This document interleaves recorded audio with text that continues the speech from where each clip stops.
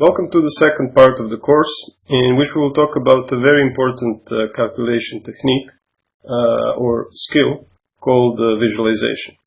So basically, visualization is the ability to foresee or to see in your mind a certain position that could appear on the board as a part or as the result of your calculation. So you know that in the first part of the course we have focused on the proper calculation technique, the proper mechanics, so that you make sure that you don't miss some important resource for yourself or your opponent. But then the question comes, if you have the good mechanics, how do you calculate these difficult or long lines? And the fuel for your calculation is going to be exactly this visualization skill. So if you have a good ability to visualize things in your mind, to pay attention to all the changes in piece placement that occurs as you calculate the variation, then it really gives you the ability to calculate some difficult variations, some long variations, and in fact become a stronger chess player. Now, this visualization skill, first of all, nobody is born with it, so it's all a matter of practice. Even the strongest players, as talented as they are, they still had to practice many hours to perfect this skill. And this is encouraging news because it means that virtually anyone can get at least a good level or decent level of visualization with enough practice. And this is what I've mentioned in the start of the course, in the introduction, that practice is basically the king here when it comes to improving your calculation skill. There is really no shortcuts here. You just have to do as many exercises as you can, and eventually improvement will come. It will become easier for you to see things, to, as I said, pay attention and keep track of all the little details that can happen in the calculation process. So the focus of this part of the course and of the next 3 videos will be to kind of guide you through this and help you improve in this very important area. Now, the way I've structured this visualization topic is basically based on 3 different scenarios that we usually get when we calculate variations. And these 3 scenarios, they have kind of funny or unusual names, but I wanted to make them kind of distinctive so that they're more easily remembered. And also these names are quite meaningful to me, at least. Maybe they will be to you as well, I hope. So they are like this. The first one is I call moving parts. And I had mentioned this in the previous video. So there are positions where, and most of the positions are like this anyway, when you calculate, you just have to see how the pieces are moving, how they are changing places, and what that means in a tactical sense. So I will give you a quick example here on the board. So here we have white to move, and white looks a little bit better, but with opposite color bishops, this is probably quite drawish if white doesn't have any forced variation. So immediately we look for forced variations. Okay, there are no good checks. There are really no good captures. And now we are looking for attacks. Well, okay, queen g8 looks like a tempting move, but it's not really attacking anything. Queen h8 can be met very easily with queen g7. So we really have to expand our search, and there is one more attack, and this is the move f4. So f4 attacks the bishop, and now black has 2 choices, either to take en passant or move the bishop. Of course, we will look at en passant first. So when he takes that pawn, this clears the fourth rank, and we have a check that we didn't have before, queen h4 check. And with this check we're also making a skewer, so the king cannot move, or if it does move to g7, he's losing the queen. And on the other hand, if he plays g5, now we have another moving part, so to speak. So now the pawn that was on g6 moves to g5, opens the sixth rank, and then queen h6 is actually a checkmate. So this is the winning variation. Also, I should say, after f4, if the bishop moves from e5, we have queen d4, also a checkmate or winning a piece for white. So you see there were several moving parts. This is a very simple example. Of course, there are many more complex examples, and we will see some of them. But I wanted to make a point on this simple one. So we can see that the moving part here was the pawn, the f pawn for white. Also, so then you have to see if I put my pawn on f4, it controls the e5 square. So I'm threatening queen d4 if he moves the bishop. Then you have to see that there is sort of a barrier. Once you play f4, there are two pawns on the fourth rank. But once he makes en passant, both of these pawns disappear. So these are the moving parts, right, in your calculation. And then the fourth rank opens up. So we swing the queen across to h4. And another moving part is once the pawn moves to g5, you have queen h6 and checkmate. So one thing that I'm doing here is that I'm not making any moves on the board, because I would like you to also to practice your visualization skill. Only once we have seen the variation in our head, only then do we make moves on the board. So here we can do it like this, just to confirm our calculation. King g7, queen takes d7, or as I said, g5, queen takes h6. So from the starting position, this one here, several pieces have moved, and you have to be able to see this in advance. Now, this is the first kind of scenario when it comes to visualizing things. The second typical scenario is what I call high traffic, and this will be the topic of the next video. This means that there is a lot of pieces on a small area of the board. And they're also moving. Once you calculate variations, they will change places. Sometimes there are captures, so pieces are disappearing off the board. Sometimes there are checks, so you have to also pay attention to the king. And in such cases, since the pieces are on a limited area of the board, for some people it becomes difficult to calculate, because it becomes sort of difficult to spot all the small changes in the piece positioning, especially with knights. When knights are on a limited area of the board, they're controlling a lot of squares, and so it's kind of tricky. You can easily miss that knight controls some square that he didn't control a move before, and things like that. So these are very interesting types of exercises. We will see them in the next video, but also probably the most difficult, I would say. So if you can master these, then probably you will do very well on the moving parts, because they are relatively simpler. And then there is one more type, the third type of visualization scenario, and these are long variations, what I like to call bare trunk.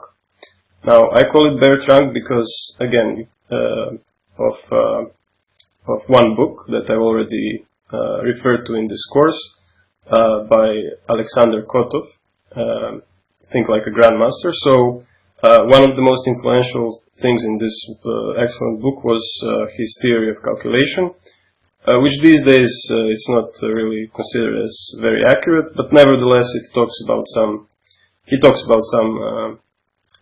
interesting ideas, at least, and he also tries to give a structured way of calculating variations.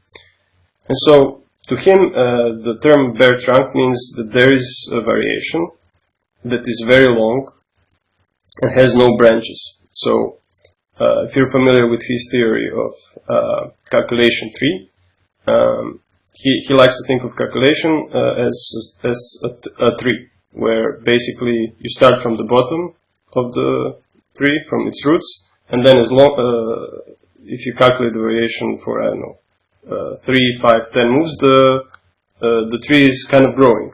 And if it has a lot of branches, so you have to calculate a lot of candidate moves along the way, then it's branching out.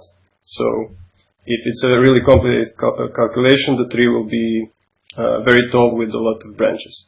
And if it's a simple calculation, only one main line, it will be what he calls bare trunk. So that means that it's kind of easy to see the moves in advance because they're kind of forced, but at the same time, the longer you calculate, so the higher this tree of calculation grows, it's more difficult to visualize because, of course, you have to see a lot of things changing throughout 5 or 10 or however moves this calculation has.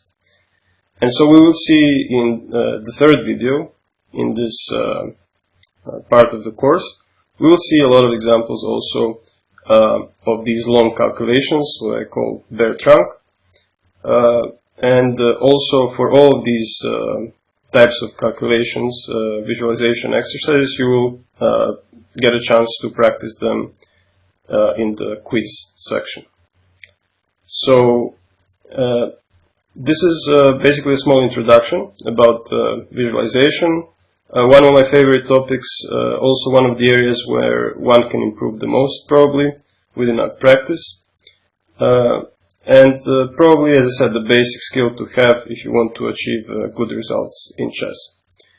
So let us now take a look at several further examples of this moving parts type of visualization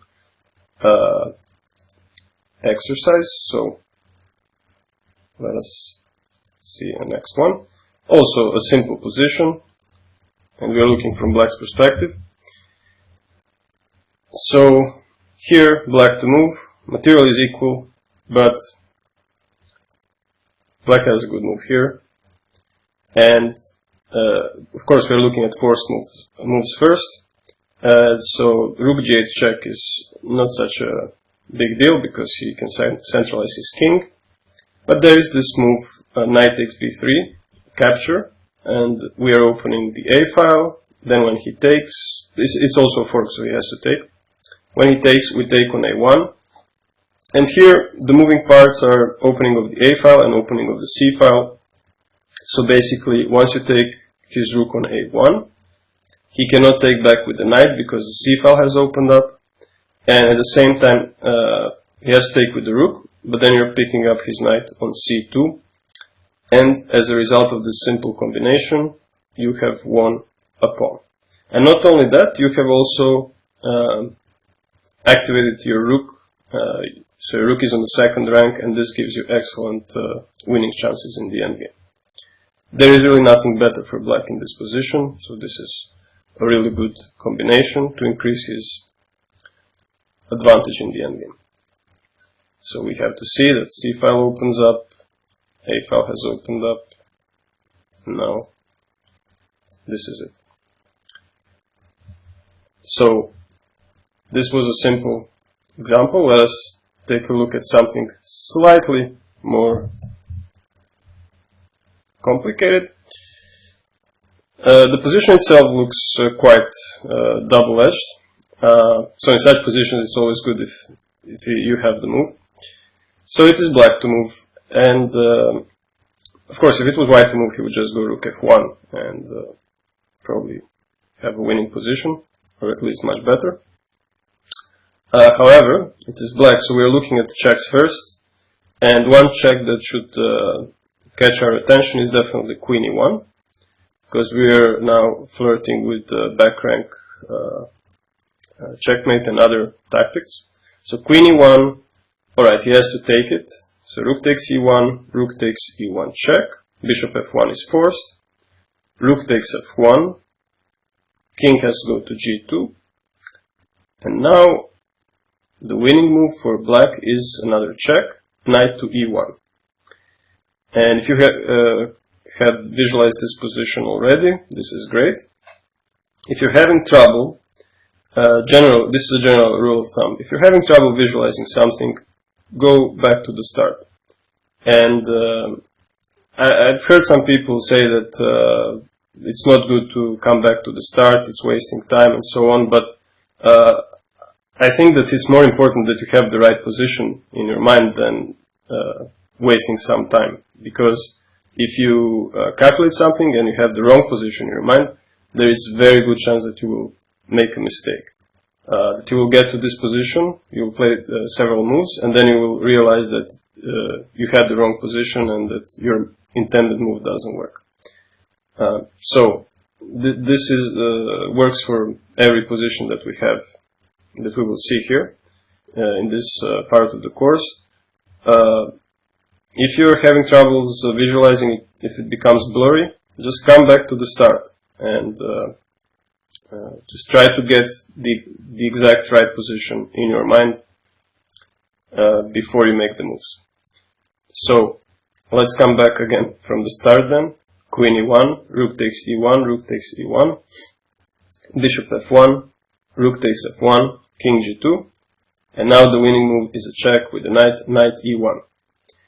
And it's a fork. We're winning the queen, and at the same time the rook from f1 is protected by the bishop on c4.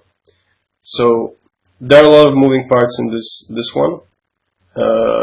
You have to foresee that the rook on f1 will be protected by the bishop, and this is the reason why knight e1 wins material. So we can put it on the board now. And of course you should be able to see that at the end black is up a full piece. So knight e1. Okay, the king goes somewhere, and then we are taking the queen, and this is completely winning.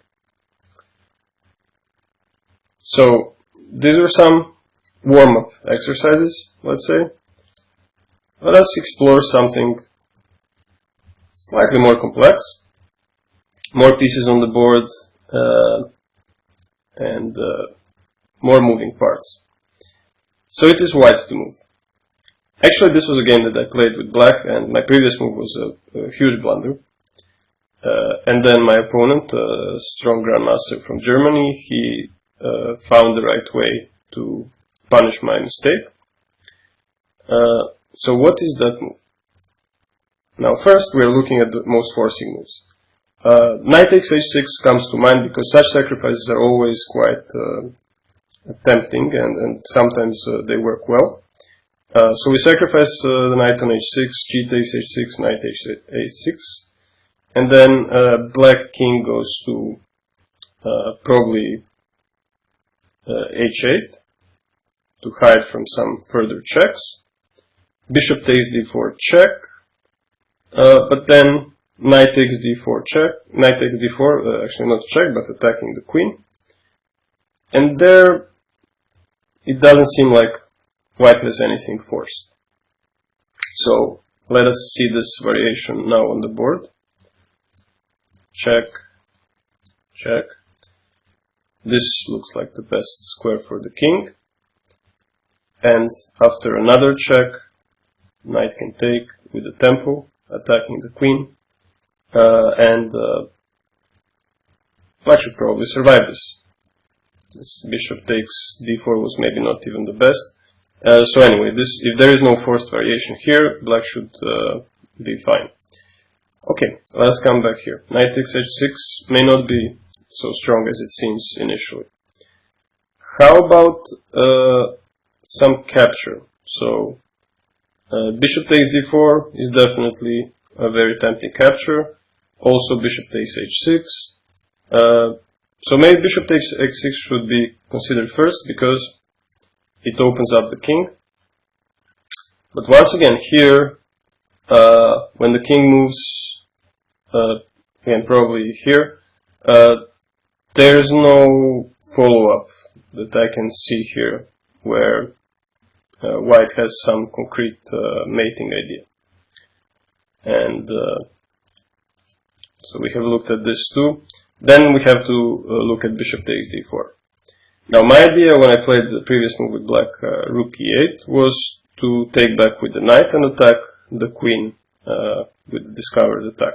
So bishop takes d4, knight takes d4. However, there is a flaw in this variation. Can you spot the problem? So the problem with this for black is that once the knight moves from e6, the g7 square is not protected anymore. And this is something that I completely forgot about. And in that case, white can go, after knight takes d4, white can go knight f6 check, clearing the g4 square, so that's another moving part here, clearing the g4 square for the queen. So once black takes on f6, there is queen g4, queen g7, checkmate. And of course I realized this only when I played the move. Sure enough, my opponent took on d4, and I realized the game is lost. So I played another move, we will see this in a second, but I just want to look at one more variation. So bishop takes d4, knight takes d4, knight f6. There is also the move king f8, which is a bit more stubborn, but after king f8, simply knight can take on e8, and then after the rook takes on e8, there is this move queen takes d4. Now this is maybe, let's take a look at this. So bishop takes d4, knight takes d4, check, king f8, knight takes e8, rook takes e8.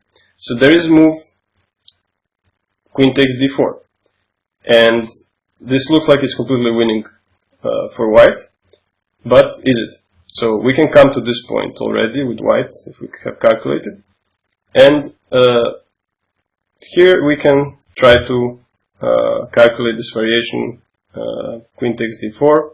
Is it completely winning? Well, no, there is an opponent's resource, rook to e1, and this is a problem for white. Rook takes e1, c takes d4, and suddenly black is getting some material back.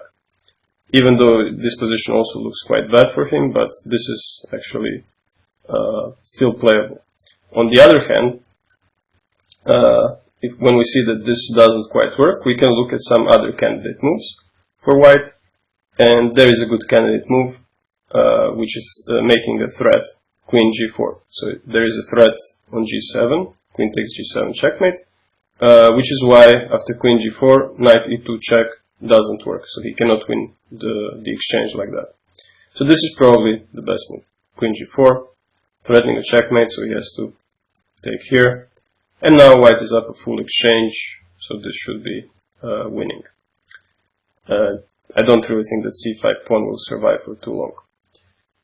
So this is why here, let me show this other variation where we are falling for this trick by opponent. Here this can maybe still be holdable for black. So let's come back to the start. As I realized that knight takes d4 is hopeless, I played just kind of a desperate move, queen f4 here. And really no particular idea. It's the kind of move which you play just to play something. If queen takes, knight takes f4, and then knight e2, okay, I take the exchange, but I'm still down a piece, so this will be anyway a losing endgame. But here my opponent thought for some time, and he actually found a brilliant move. Maybe you can take some time to also look at it. I think he used the proper calculation technique here. He didn't immediately jump at the opportunity to trade queens, but actually he looked a bit deeper, and he looked at other forcing moves in the position, and he found another capture that actually wins the game on the spot. And this capture is bishop takes g7. The idea here is after queen takes on e4, knight f6, is a really rare and pretty checkmate. So also if knight takes g7, then my queen is unprotected. And here I had to resign. So this is the finish. So you can see already from the ending position how many parts have moved from the starting position. Look at this. And this was maybe only 3 moves. But the position is kind of dense, right? There's a lot of pieces on a small area of the board, something that we will also see in the next video, high traffic. So paying attention to all these details requires some practice. Let's take a look at another example here with moving parts. So here it is white to move, and the last move by black was rook taking the pawn on f3. So black is up a pawn now, but here white has a good follow-up. So of course, even if he plays a move like bishop e2, expelling the rook from there, and then trying to attack the g6 pawn with moves like knight h1, knight f2, and so on, he would have good compensation. However, we have to look at forced moves first. And the most forcing move in this position is knight takes h5. Now, to appreciate this move, you have to actually see the tactical idea behind it. So the idea is, if he takes on h5, there is rook takes g7. And if the king takes on g7, we have queen to g2. And this is a check. And we're taking back the rook. So as a result of the combination, we have won the pawn back. But also at the same time, we have weakened our opponent's king significantly. Now, there are some other possibilities after knight takes h5. And one of them is rook takes e3, so intermediate move. Another one is rook takes f1. So we have to look at all of these moves. Now, if rook takes e3, we also have an intermediate move. Knight takes g7.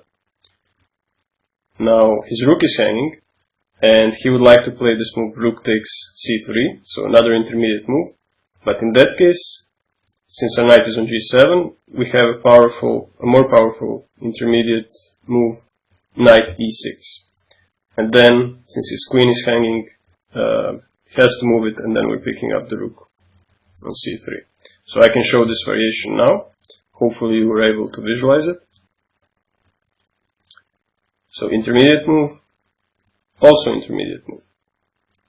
Now, if he takes it, I'm up a full exchange. So this was kind of the point of his rook takes e3, that if I take it now, he's going to have 2 pieces for the rook. But here comes the point that I can save my knight with the tempo on the queen, and then I'm winning the rook on c3, and it's a completely winning position. White is up in exchange. So also, you see how many parts were moving in this. Pieces were disappearing off the board, and finally the knight that was on g3, you had to visualize that it will end on e6. The second variation that we have to look is after knight takes h5, g takes h5, rook takes g7. Sorry, by the way, there is one more. After knight takes h5, there is also a move rook f1, rook takes f1. Now what happens here? I cannot, or my intermediate move, knight takes g7 doesn't really work, because he will have a stronger one with rook takes d1. That's a check. So in case of rook takes f1, I just have to take back with the rook, but that's okay. So rook d takes f1. Now g takes h5. And here, materially speaking, black has profited because he has like 2 pieces for the rook. But on the other hand, I will immediately go rook f7. So I'll have a rook on the 7th rank, and I'll have a rook on the open file, g file. And this will be enormous attack on black king. There's maybe no even need to calculate many variations here. This just looks crushing. So let's look at this here. And now we have this move rook f7. Actually, I just realized that there is also a move bishop h6. Looks very strong as well. I'm not sure which move is even stronger. But let's go with our initial intention. Rook f7. Now the bishop moves somewhere. And then we can bring our pieces in. Maybe bishop goes there. Bishop goes to g7. We're doubling up the rooks. I can show one sample variation. And then queen h6 is coming. This looks fantastic. This looks really winning for white. But okay, this part doesn't have to be visualized. Everything up until the point where we're going rook f7 has to be. So let's then come back again to the start. Everything is working well for white here so far. And there is also this variation after knight takes h5, g takes h5. Now we have the rook takes g7 as we said. And once again, if he plays rook takes e3 or rook takes f1, we have a strong intermediate move. We take on h7 with a check, and we have won a pawn as a result of this combination, and also, more importantly, we have weakened our opponent's king. So this is how this variation goes. Rook takes g7.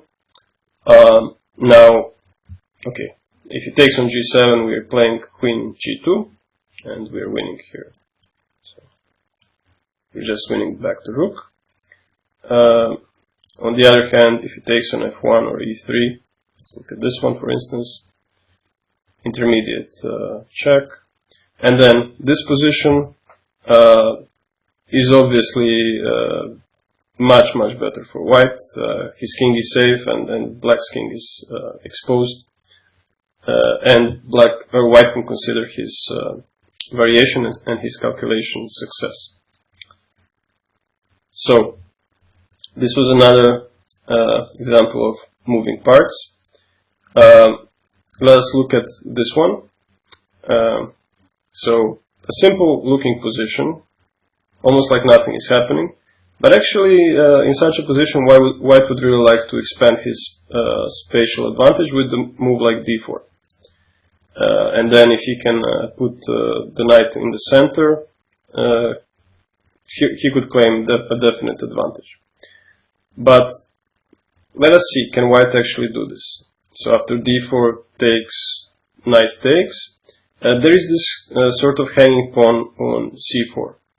Well, it's hanging, or maybe it's a poisoned pawn. We can't tell for certain yet, because once black takes this pawn with his queen, so I'm talking about the variation knight takes d4, knight takes d4, bishop takes d4, queen c4. So when he takes it, we have this knight d5, discovered attack on the queen, very typical device.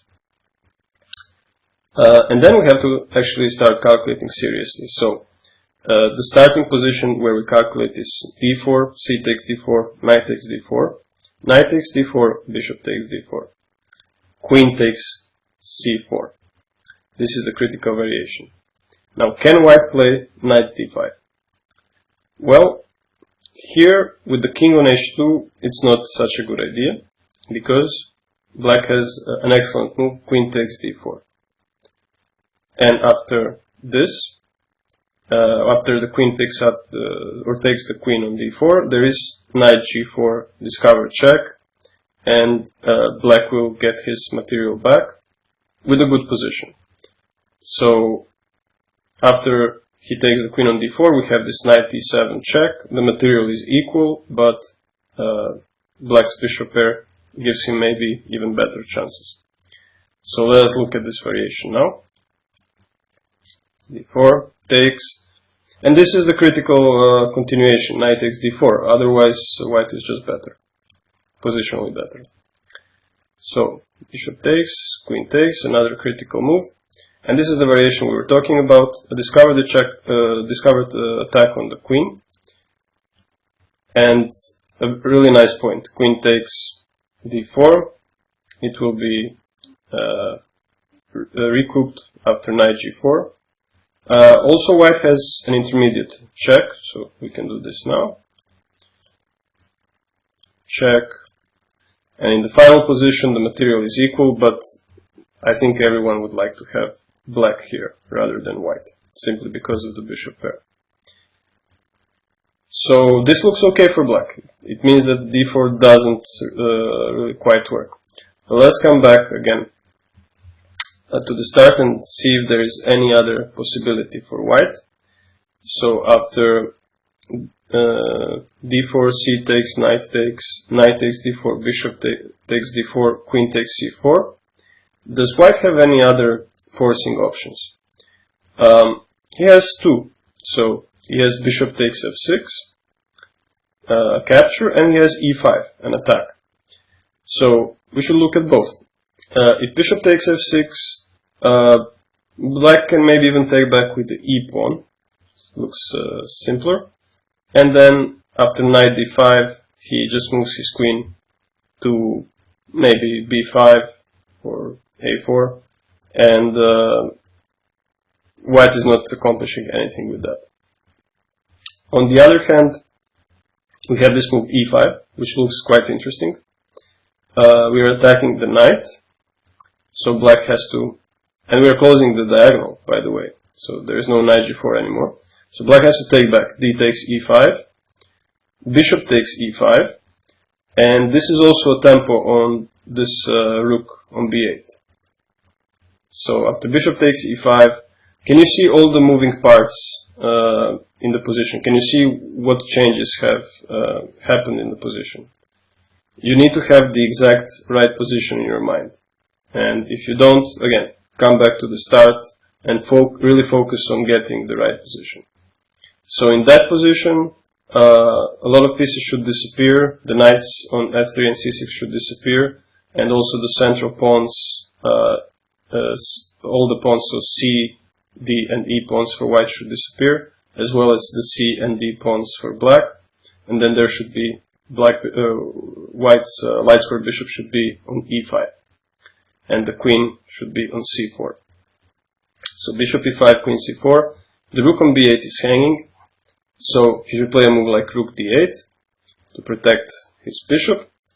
And then once again we can look at this move knight d5 for white, because there is no queen takes d4 anymore.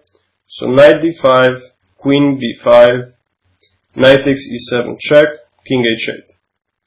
And this position finally looks balanced, I would say. So let's put it on the board, because this is a long calculation, sort of a bear trunk, a long calculation tree with only one branch. Everything has been forced up to this point. So this was the position. Rook should come to d8 to overprotect the bishop on d7.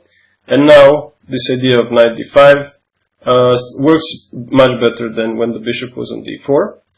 So queen has to move. White is winning back his sacrificed pawn, but is this enough for an advantage? Okay, this definitely looks like an enterprising variation for white, and I think that if he plays like that, he probably wouldn't go wrong. But also black doesn't have that many problems, it seems. So maybe white is slightly better here. So a nice example where we have seen how these moving parts, so how the pieces are moving and how to keep track of them. And let's see quickly one more example. This from black's perspective. So here, black to move. I think the first move should be obvious, considering all black's pieces are aiming at the king side. Of course, we can play a move like rook g5 or rook g6 and bring more pieces. But the first move that we should consider is definitely the most forcing move, bishop takes g3. Bishop takes g3, h takes g3, rook takes g3. Now, of course, taking on g3 would mean checkmate, so we won't even calculate that. King f1 is our main variation after rook takes g3. what to do now? Well, now we have a check. Bishop takes g2, definitely should be considered. And the king has to go to e2. So already a lot of parts have moved, and you have to make sure that you have the right position in your mind. So there is a rook on g3, bishop on g2. And sometimes there is a problem when you're trying to visualize things that I call a retained image. So you might think that there is still a bishop on d6, for instance. So you have a retained image because you're looking at the board, and on the board there is still a bishop on d6, but actually in your mind there should be no bishop. So pay attention also to these details, because they can be very important. So the king is on e2, bishop is on g2, and rook is on g3. What to do now? We don't have any good checks. Also no good captures, but we do have attacks. So we can attack the queen. There moves rook g5, attacking the queen, and also rook h3. And this is only possible because the bishop is on g2. And of these two moves, rook h3 looks much better, because after that, white queen, if you look a bit more carefully, has only one square to go to. So there is no available square on the 5th rank or on the h-file. There is only g4. This is the only square for the queen. But then the queen can be attacked once again. Now notice how bishop f3 still doesn't work. There is a knight on d4. But we can attack the queen on g4 with rook g8. We bring the other rook into the game. And so there are rooks on h3 and g8, and there is bishop on g2. And now this queen actually has no available square. So the queen is trapped. We can look at it through this. King has to go there, otherwise it's checkmate. Bishop g2, getting the queen out, but also preparing this really nice move, rook h3. And the only square, as we said, is g4. And now the best way to attack the queen is with this move, because the bishop was hanging at the same time, and the queen has nowhere to go. Is this the end of it? Well, as I said, and we looked at in the previous chapter, we have to always consider opponent's resources, even if it seems like he has no resources and he is completely helpless. There is one move that we still have to briefly consider, and this is the counter-attack, knight takes e6. Attacking our queen, and what to do now? Do we immediately take that knight? No, we have to look a bit more carefully. First of all, there are more forcing moves than f takes e6. There is a move, there is a check, queen e5. And after the king moves to d2, this time our queen is protected. So we can take the queen on g4.